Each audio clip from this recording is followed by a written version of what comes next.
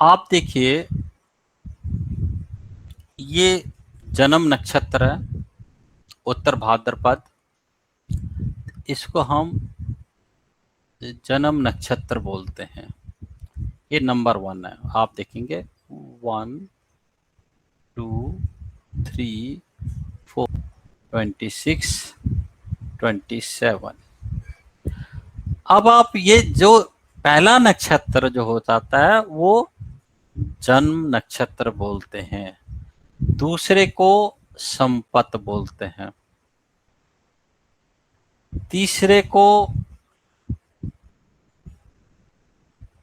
विपत बोलते हैं, और चौथे को क्षेम बोलते हैं। अधिमित्र भी बोलते हैं, अतिमित्र भी बोलते हैं। ठीक है।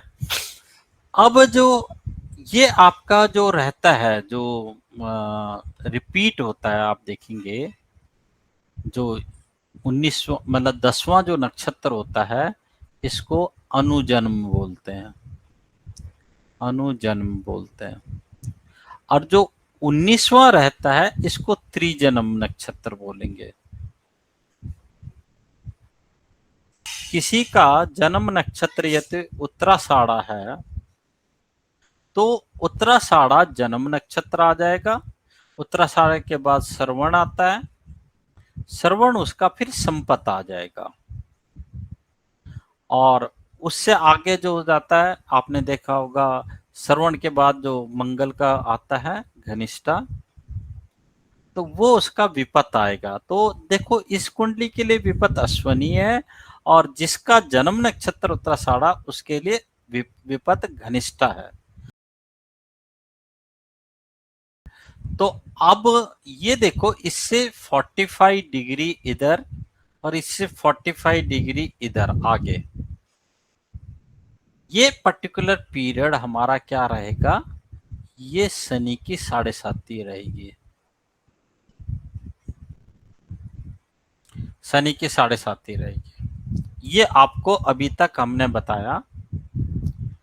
अब ये नक्षत्र पे कैसे डिपेंड कर रही है, वो अभी मैंने आपको बताना है।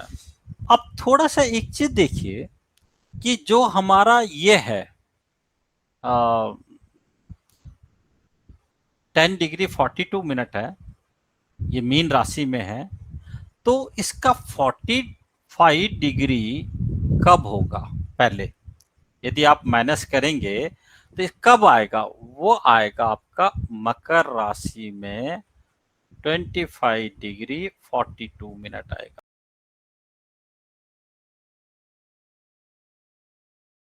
आप देखेंगे कि ये भरणी नक्षत्र मेष राशि में होता है, और यहाँ पर मेष राशि का जो 25 डिग्री 42 मिनट पर जैसे ही पहुंचेगा तो वो एंड हो जाएगा। ये 7.5 का आपका है। अब आप बोलोगे हमने तो ये एनालाइज कर दिया, अब इसका क्या मीनिंग निकलता है? घनिष्ठा नक्षत्र जातक के लिए निधन नक्षत्र है। देखो, वध नक्षत्र है, ठीक है। और जब शनि खत्म होगा मेष राशि में, तो इस पर्टिकुलर आदमी के लिए जो भरणी नक्षत्र वो क्या है? क्षेम नक्षत्र है। अब मकर राशि में 25 डिग्री 42 पर शनि के आते ही 7.5 प्रारंभ हो जाएगी। मकर राशि में 25 डिग्री इतने पर घनिष्ठा नक्षत्र होता है, यह आपको मैंने अभी बता दिया। घनिष्ठा नक्षत्र जातक के लिए निधन नक्षत्र है। पंचदा मैत्री आपने जूनियर अलंकार में बनाया होगा। जातक की कुंडली के लिए हम शनि का पंचदा मैत्री से संबंध देखेंगे, क्योंकि हम शनि का गोचर देख रहे हैं। हम पंचदा मैत्री, अब आप समझ गए होंगे कि पंचदा मैत्री उस टाइम क्यों बनाई गई, उनका ये एप्लीकेशन है। क्योंकि हम शनि का गोचर देख रहे हैं, हम पंचदा मैत्री में शनि का मंगल, राहु, गुरु, बुध, केतु, शुक्र के साथ किस प्रकार के संबंध है ये देखेंगे। अब आप बोलोगे ये मंगल क्यों लिया, राहु क्यों लिया, गुरु क्यों लिया, बुध क्यों लिया, केतु क्यों लिया? तो आप एक चीज देखिए, घनिष्ठा नक्षत्र से 37.5 स्टार्ट हो रही है। घनिष्ठा नक्षत्र मंगल का नक्षत्र है। राहु इसलिए लिया, उसके बाद घनिष्ठा के बाद शनि शतभिषा में आएगा, उसका स्वामी राहु है। उसके बाद बृहस्पति इसलिए लिया क्योंकि शतभिषा के बाद पूर्व भाद्रपद है, उसके बाद उत्तर भाद्रपद है, शनि का स्वयं का नक्षत्र है। फिर बुध इसलिए लिया, उसके बाद रेवती में जाएगा। केतु इसलिए लिया कि रेवती के बाद अश्विनी में जाएगा। शुक्र इसलिए लिया कि उसके बाद भरणी नक्षत्र में जाएगा, जिसका स्वामी शुक्र है। इसीलिए अब हम शनि का क्या संबंध है, क्योंकि शनि को इन इन लोगों के घरों में गुजरना पड़ेगा।